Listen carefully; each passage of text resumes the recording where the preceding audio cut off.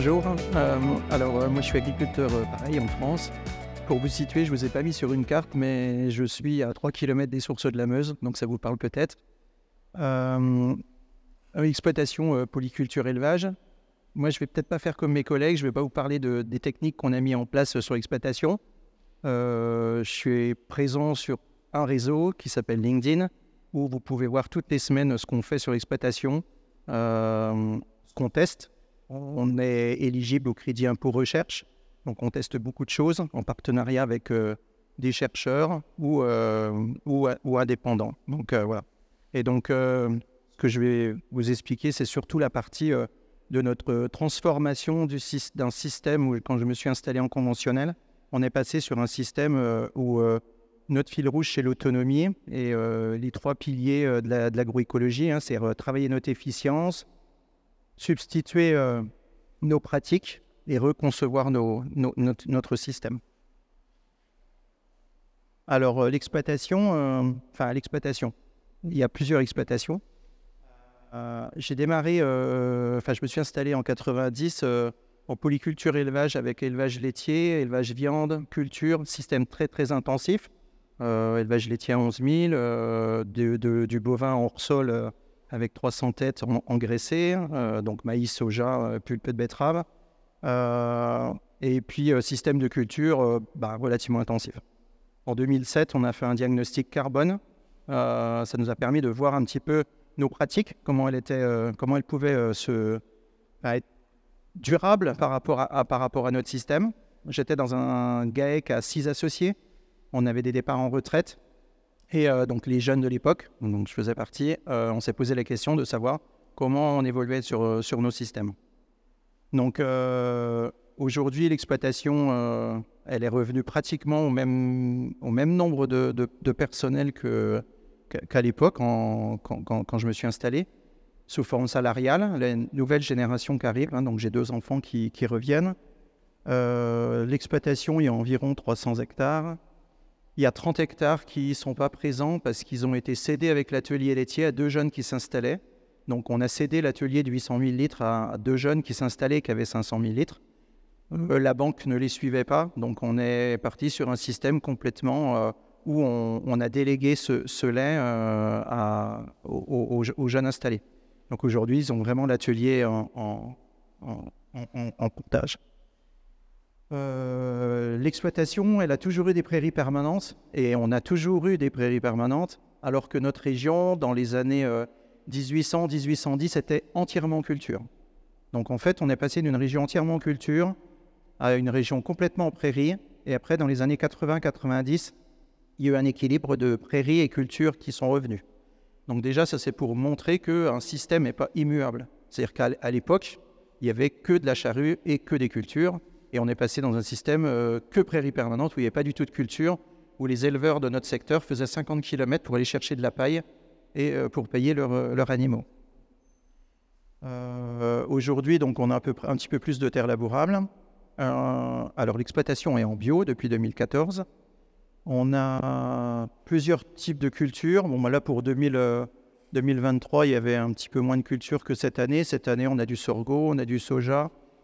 Du sorgho grain, du soja, on a plus de petites épeautres, on a du seigle, et puis c'est à peu près tout. Si on a de l'orge d'hiver.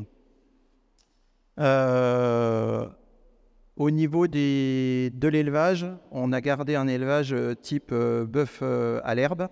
Donc on achète des broutards chez des agriculteurs voisins naisseurs et on fait de l'engraissement à l'herbe. Donc de toute race, ça va aussi bien de l'aubrac au charolais, au limousin, au croisé, peu importe. À côté de ça, il y a une autre société qui est une unité de méthanisation, qui a été démarrée en 2010 en cogénération, petite unité à la ferme, approvisionnement de 3 autres agriculteurs au niveau des effluents. On rétrocède le digestat valeur pour valeur et on a l'autonomie. On est à peu près à 120% d'autonomie de nos besoins sur l'exploitation. Surtout aujourd'hui, on commence à faire un petit peu de légumineuses, mais on fait du soja avec du digestat. Donc voilà, il n'y a pas de problème là-dessus. On est environ à 60% d'effluents d'élevage et 40% de déchets extérieurs. Donc l'unité de méthanisation a toujours été conçue où il n'y a pas de biomasse qui va dans la méthanisation, avec un petit équilibre quand même sur les prairies permanentes, où quand il y a de l'excès de récolte, ces prairies peuvent rejoindre la méthanisation. Ça représente peut-être 10-15 hectares selon les années. Donc c'est essentiellement des déchets de l'agro-industrie, des déchets de commerces locaux, etc., qui viennent dans la méthanisation. Surtout pour une chose, c'est pour boucler les cycles. Aujourd'hui, quand vous vendez du lait, des céréales, de la viande, même que vous mettiez des légumineuses, que vous mettez ce que vous voulez, et à un moment donné, il faudra bien trouver de l'azote qui compense le cycle. Et si on ne reprend pas de la recirculation de minéraux qui peuvent être locaux ou moins locaux, parce que moi j'ai des déchets qui viennent de Marseille, mais qui sont très très énergétiques. Et en termes d'impact carbone, il y a plus d'intérêt à aller chercher ce déchet-là que d'aller faire du maïs, par exemple, pour un méthaniseur. La méthanisation, elle a aussi une diversification. On a une petite station GNV où on produit 60 tonnes de carburant par an, ce qui en équivalent correspond à 3 fois nos besoins de carburant sur l'exploitation. Et ça alimente une flotte captive. Donc le camion de la laiterie, un bus scolaire et une dizaine de véhicules. Et puis ensuite, il y a un petit peu le développement de photovoltaïque en toiture, en production et en autoconsommation. Deux autres projets et deux autres structures qu'il y a aussi sur l'exploitation, c'est un collectif. Donc là, on sort de l'exploitation pour vraiment aller beaucoup plus loin dans la recherche de valeur et dans le changement et dans la reconception de systèmes. C'est-à-dire qu'à un moment donné, vous pouvez toujours avoir une technique agronomique qui va aller plus loin dans la recherche d'autonomie, d'équilibre, de durabilité. Derrière, vous êtes producteur, et si derrière, les filières ne sont pas organisées, vous aurez toujours difficile. Donc aujourd'hui, on reprend cet élément en main, où c'est des producteurs qui ont développé des outils. Donc là, dans la SIC, on est plusieurs producteurs, il y a une quinzaine de fermes, il y a un outil qui est carrément dédié au tri, au séchage, à la collecte des céréales, pour environ 3000 tonnes. Et sur l'autre partie, donc celle qu'on porte, c'est la partie meunerie et huilerie, où on est à 3000 tonnes de graines oléagineuses et 1000 tonnes de céréales pour la farine. Oui, 3000 tonnes de tournesol. Après, il y a une petite répartition avec le colza. Et puis ensuite, une structure, alors là, qui déborde sur la partie valorisation filière, c'est celle qui est une démarche territoire, où on porte un projet en collectif à 25 agriculteurs sur de l'agrivoltaïsme en partenariat avec les surfaces fourragères de l'élevage. Donc surtout sur des prairies permanentes. Donc là, on est sur à peu près un petit 200 hectares de panneaux couplés à l'élevage. Bon, ça, c'est un projet qui est à 5 ans, 6 ans. Le système culturel. Alors, on n'est pas voué à avoir un système. On a fait beaucoup d'années avec Konrad Schreiber, donc on a, dans les années 2000, 2005-2006, on a avancé sur les réflexions. Aujourd'hui, on n'est pas fermé à aucune pratique. Alors, on a des sols qui sont un petit peu différents d'ici. Je découvre de l'érosion que je ne connais pas du tout chez nous. On n'a pas cette malchance. On a des sols où il y a minimum 25% d'argile, 4% de matière organique. Donc, voilà, on n'a pas cette problématique. En fait, on a des sols aujourd'hui qui sont capables, je pense que vous avez eu une intervention hier de Céleste Talab, qui sont capables de libérer entre 200 et 300 unités en 6 mois, théoriques, d'azote. Donc on est plutôt dans des réflexions de capter cet azote parce qu'elle fuite, et c'est à cause de notre matière organique. C'est-à-dire la matière organique travaille, elle fait de l'azote et on ne sait pas comment faire. Il y a toujours un petit peu de labour. Alors en bio, ça sert un peu de temps en temps. Alors ce n'est pas des labours très profonds, mais voilà, on ne se refuse pas de labourer. Quelques hectares en système de semi-direct, des couverts implantés avant les cultures de printemps, comme chez les collègues.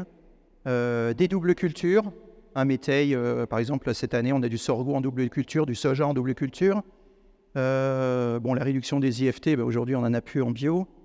Et puis des méthodes alternatives, donc beaucoup de désherbage mécanique, de l'essimage, et puis du scalpage. Voilà. Sur tout ce qui est chardon et rumex, nos principaux ennemis en bio. Beaucoup de têtes d'assolement. La règle, c'est environ une culture sur 2 en tête d'assolement et une culture sur 2 été-printemps. Aujourd'hui, on essaye de diversifier été-printemps, automne. C'est-à-dire avoir des cycles de culture, j'ai entre un colza qui est semé au mois d'août et un sorgho qui est semé la semaine dernière. En fait, il y a toute cette période-là où on peut semer quelque chose. Si on loupe, on peut ressemer. Moi, j'ai des collègues qui me disent on a déjà semé 5 ou 6 fois.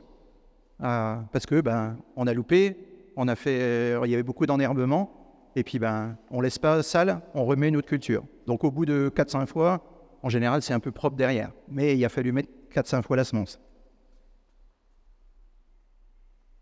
Ça, c'est un exemple. Alors, je vais commencer par les échecs. Ça, c'est un exemple qui peut faire peur. Quand on a du vulpin dans les céréales et puis qu'on étrie, on peut avoir un andin de vulpin. Alors, on pourrait represser dans ce sens-là, mais d'un autre côté, on peut aussi voir du vulpin qui est couché entre les rangs. Donc ça veut dire qu'on est en couvert permanent avec une dégradation de biomasse pendant la culture en place. Et aujourd'hui, ces effets-là, on commence à les mesurer. C'est-à-dire qu'en fait, si aujourd'hui je mesure la biomasse vulpin, il y a peut-être pas loin de 2 à 4 tonnes de matière sèche qui est présent dans le blé. Comme on a beaucoup d'azote, ce n'est pas un problème, ce n'est pas le blé qui va en pâtir. Et par contre, cette biomasse-là, elle va être à dégrader pendant toute la période jusqu'à la récolte. Donc en fin de compte, on va continuer de nourrir une biomasse, donc vers de terre, bactéries, champignons, etc. On va créer un microclimat. Donc cette année, c'est pas trop le top parce qu'il pleut, mais les années sèches, ce paillage-là, il est présent pendant la période de croissance des plantes. Les autres échecs, c'est les cultures spéciales, type soja. Donc là, avec des fleurs d'été. Donc là, par exemple, un soja qui est biné, un soja qui n'est pas biné, les kénopodes, c'est une énorme concurrence sur le soja. Donc autant le vulpin, ça paraît bizarre sur un blé qui ne soit pas réellement concurrent chez nous, quelques kénopodes peuvent anéantir une récolte de soja.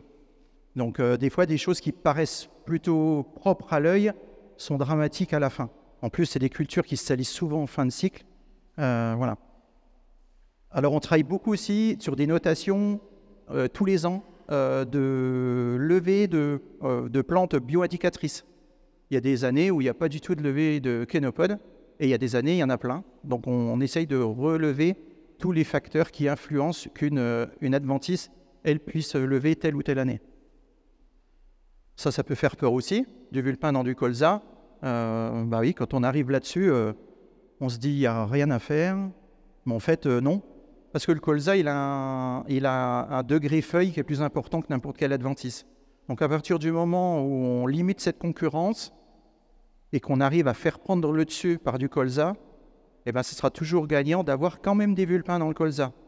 Parce qu'un vulpin, comme n'importe quelle autre adventice, c'est une plante qui fait le gîte couvert des auxiliaires et qui n'a strictement rien à voir avec une plante qu'on sème. Une plante qu'on sème, c'est une plante naturelle, naturellement et pas dans son milieu. Là, c'est une plante qui est naturellement dans son milieu. Et à un moment donné, il y a des interactions qui se passent dans un sol où ces plantes-là ont de l'intérêt. Mais il faut trouver le juste milieu entre avoir trop de vulpins et pas de colza, ou que du colza et puis un sol nu. Donc ça, c'est en 2022. Ça donne un colza qui est comme ça. Donc quand le colza est là, il n'y a plus de problème de vulpin derrière. Voilà. Et ça, c'est la récolte 2022. Donc il n'y a pas de souci. Aujourd'hui, on réussit des colzas en bio mieux que ce qu'on faisait en conventionnel. Alors au niveau insectes, il n'y a pas de problème, puisqu'en fait, on est sur un équilibre à la parcelle qui était complètement bouleversé. Donc là, vous voyez, les siliques, j'ai pris vraiment en photo pour vous voyez, il n'y a pas de dégâts de milligètes. Et bon, les milligètes, on arrive à les gérer par des mélanges de variétés. Ça, c'est un colza, c'est un Lohana qui a été tiré du tas en 2014 et qui est ressemé jusqu'à aujourd'hui. Ça fait 10 ans qu'il est semé et il est repris du champ et et remis en permanence. Ça, c'est 2023. En 2023, vous voyez, ça c'est en binage. Et puis là, il y a une placette qui a été laissée. Alors, on laisse des placettes, j'ai appris ça chez des agriculteurs belges, des placettes pour les alouettes. En fait, on lève le semoir de temps en temps dans la parcelle, une ou deux fois pour 5-6 hectares, pour que les oiseaux et toute la faune sauvage puissent revenir. Alors, en théorie, pas le long d'un passage de roue, parce que le long du passage de roue, il y a les renards qui sont dans le passage, donc c'est plutôt en décalé. Donc voilà ce que ça donne. Donc finalement, s'il n'y a pas de colza, il y a du vulpin. S'il y a du colza, il n'y a pas de vulpin. Ça, c'est 2024. 2024, il n'y a pas de vulpin. C'était sécheresse. Quelques chardons. Donc finalement, là, c'était moins problématique. On a fait qu'un binage. On a reculé le binage.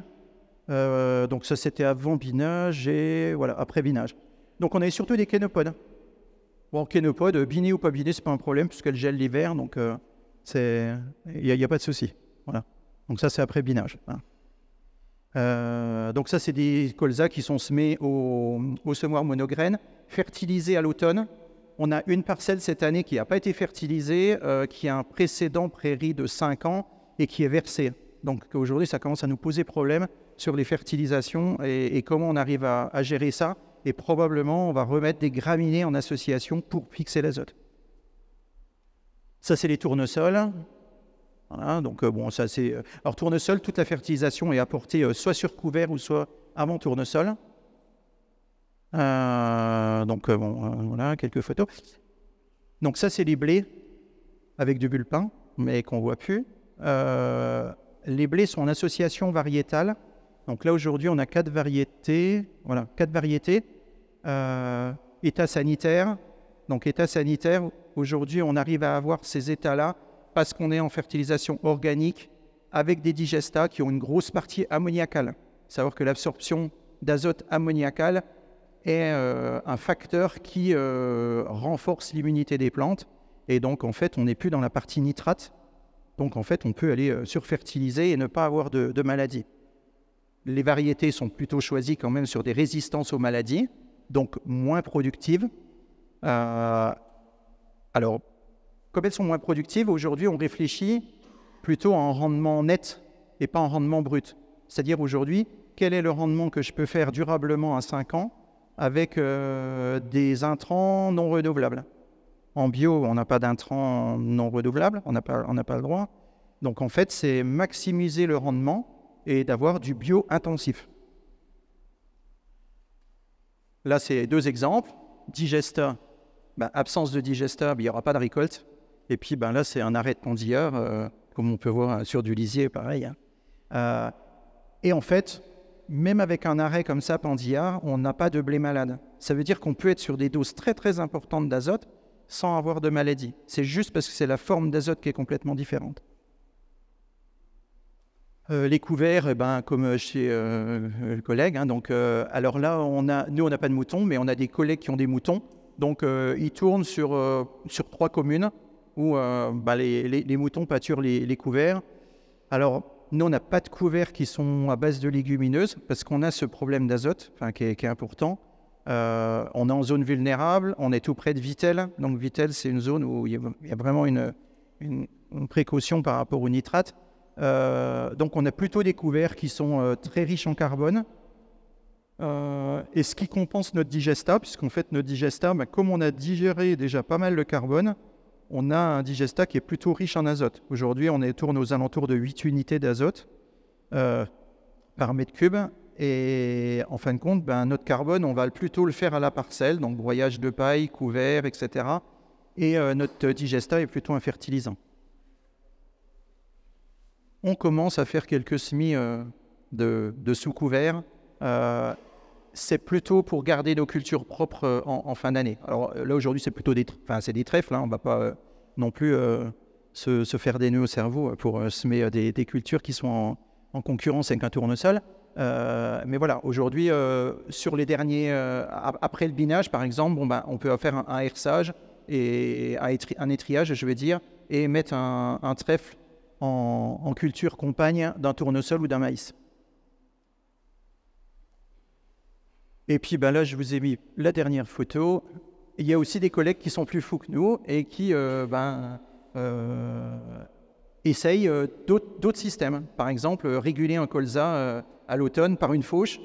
Alors celui-là, il a bien marché. Il y a eu un essai qui a été fait avec 2 fauches. Bon, là, il n'a pas tenu l'hiver. Voilà. Mais voilà, tout est possible. Et ce que je veux surtout moi faire passer comme message, c'est que d'un système, on peut passer à un autre à partir du moment où on maîtrise vraiment l'ensemble, y compris le produit derrière. Parce qu'à un moment donné, si vous n'arrivez pas, donc ce que disait Simon hier pendant le film, c'est retrouver de la valeur sur les produits. Parce qu'autrement, si vous n'avez pas de revenus, le risque derrière de faire des choses comme ça peut être très dangereux. C'est-à-dire, les échecs peuvent coûter très très cher. Et à un moment donné, c'est toujours comme un gamin. Quand on l'apprend à nager à 2 ans, il ne sait pas qu'il peut se noyer. Donc c'est là qu'il apprend le mieux. Si on apprend à un adulte, en général, il est réticent et on va mettre plus de temps pour l'apprendre. Donc il faut vraiment partir sur des systèmes où on reconçoit le système.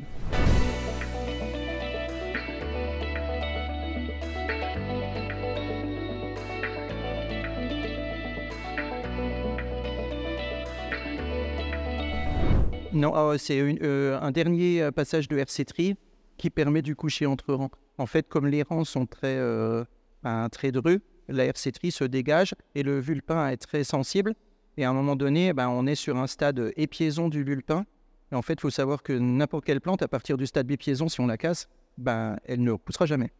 Donc en fait, il faut peut-être réapprendre le cycle des adventices, réapprendre le cycle des plantes. Et des fois, plutôt que d'aller passer une RC-Tree quand le vulpin est à 3 feuilles et qu'on n'arrivera jamais à avoir parce qu'il est très enraciné, en fait, il y a une concurrence entre l'adventice et la culture. C'est de créer les conditions les plus favorables pour que, avec le moins de passage possible, la plante soit détruite. Par contre, ça oblige à supporter un vulpin pendant longtemps dans le cycle. Mais ça, c'est une reconception de sa façon de voir l'agronomie.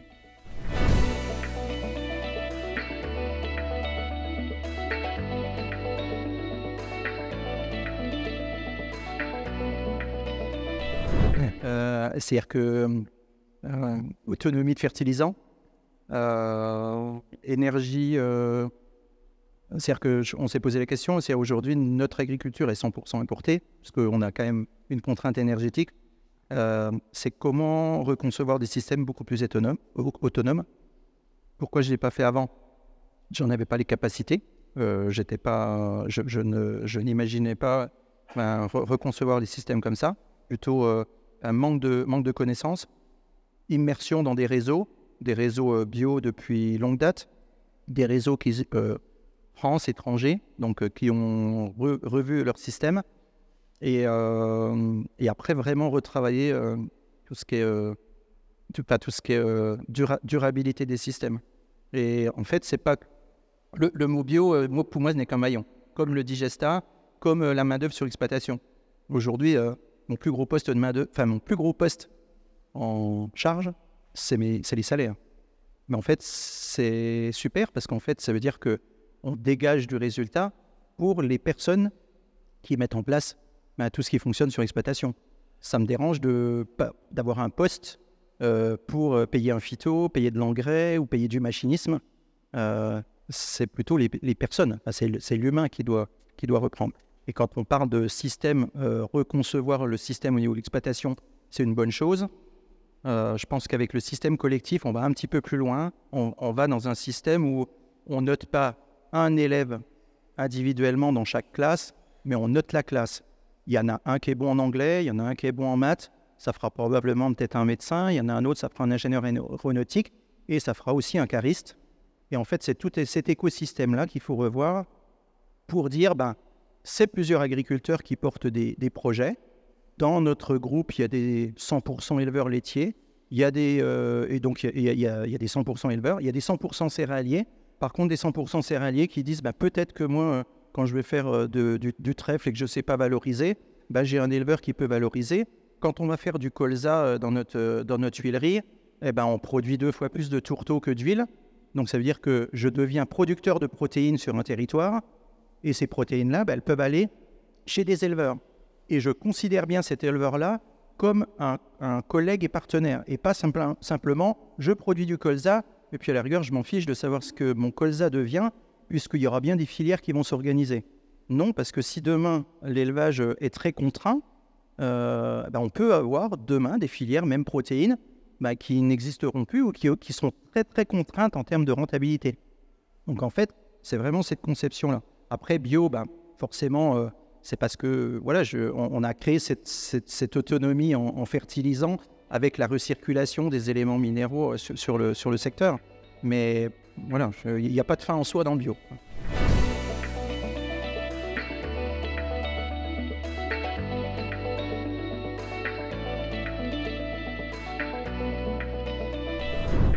Alors, il y a eu des années où il n'y a pas eu de récolte.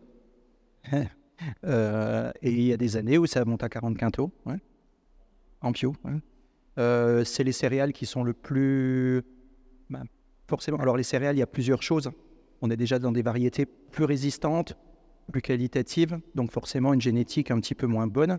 En conventionnel, dans nos secteurs, on est plutôt à 80 quintaux en céréales, avec des pointes à 100 si c'est des blés hybrides.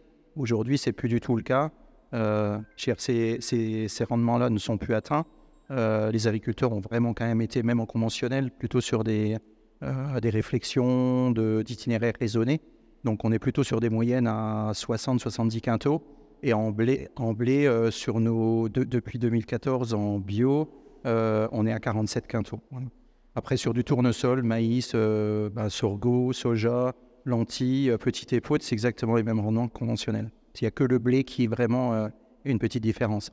Alors après, en bio, forcément, c'est le prix qui fait la différence. On a connu quand même ces années euphoriques où on a flirté les 550 en blé, les plus de 1000 en colza, les 850 900 en tournesol. On est redescendu, nettement. Bon, cette année, on est à 300. On est pas mal parce que, en fait, les blés chez nous sont jamais en dessous de 14 de protéines. Parce qu'en fait, on a cet azote qui minéralise au mois de juin. On est à 400 mètres d'altitude, donc on est plutôt un continent froid continental. Par contre, on a des étés très chauds. Et la période d'épiaison des blés se trouve au mois de début juin, fin mai, début juin. Et là, on a une libération d'azote qui est phénoménale. Et donc, en fait, elle se fait pendant l'épiaison des blés. C'est pour ça qu'on a des blés qui sont très riches en protéines. Avant qu'on soit en bio, on travaillait déjà avec des blés type Saturnus, des blés autrichiens, qui faisaient plus de 16 de protéines, qui étaient livrés à un moulin local en blé améliorant. Voilà, aujourd'hui, en blé, on préfère faire nos mélanges et puis que ça passe à la meunerie pour faire des farines beaucoup plus régulières.